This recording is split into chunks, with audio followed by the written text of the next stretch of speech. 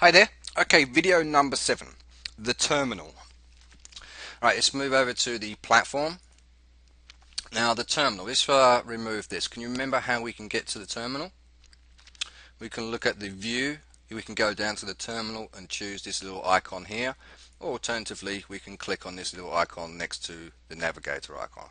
Right, and it's also highlighted with little caption codes, little captions as you scroll over each one. Alright, so let's click on the terminal and let's discuss what these tabs are.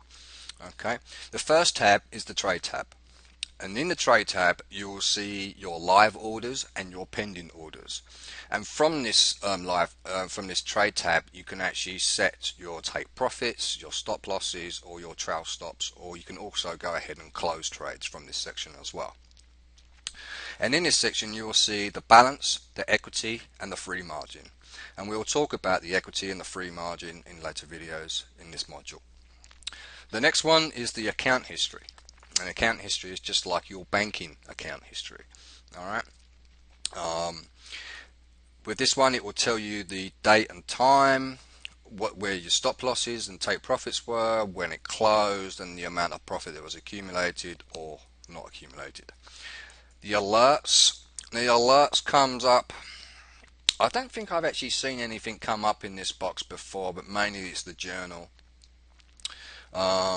But I'm going to skip the alerts. I don't think it's even really need to be used that much anyway. The mailbox we've already discussed, and if you haven't done so already, double click onto your registration headline here and open it up and copy and save the registration information and save it to a notepad, and then save that to a flash drive.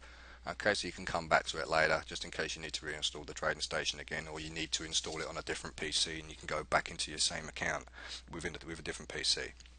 Alright, and then there's a journal, and the journal there is just to basically let you know what's going on, what kind of indicators that you've added onto it. Just gives you basically a journal of what's going on. Alright, now the account history also has another section to it as well, and we can actually save the history. Now this history here, if you right click it, you actually need to highlight, well, you don't really need to highlight, but anywhere in this section you can right click and you can choose all history, the last 3 months or the last month, or a custom period. You can choose the custom periods here, or you can choose a date. Okay. You also have save as report or save as detailed report. Now detailed report will give you an extra section down the bottom with an image as well that shows like a bar chart graph, shows you like your progressions as you're going through each trades. Here as you can actually see the commissions and taxes and comments, these aren't even really used. Alright, but here is what it basically will look like. I'm going to save it into this area here, and what's going to happen is going to open up into a new browser for me, and then it shows you what it looks like there.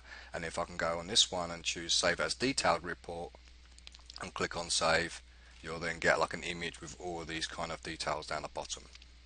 Alright, now one thing that I will say before moving on is that when you see some sites out there offering Forex strategies like Forex robots and what have you, you have to really take them with a pinch of salt. These documents here can be doctored, alright, because it's in a HTML format, and if you know anything about HTML, then you will be able to easily modify any of these figures and whatnot in there. Alright. Another thing as well is that when you're using like a strategy tester, and we come up here to use like the strategy tester, I'm not sure that this is even going to work on this particular trading station, but we can probably take a quick I don't really want to take a quick look because this is going to be our working account.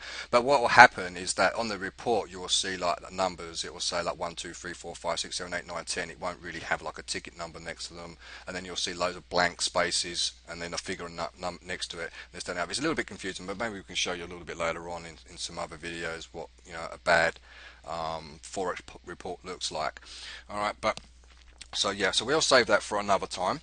Alright, so that's essentially how you go ahead and use your terminal. Alright, and the main user is going to have the trade tab open most of the times. Alright, so I will leave you with this video, and I will see you in the next one. Bye for now.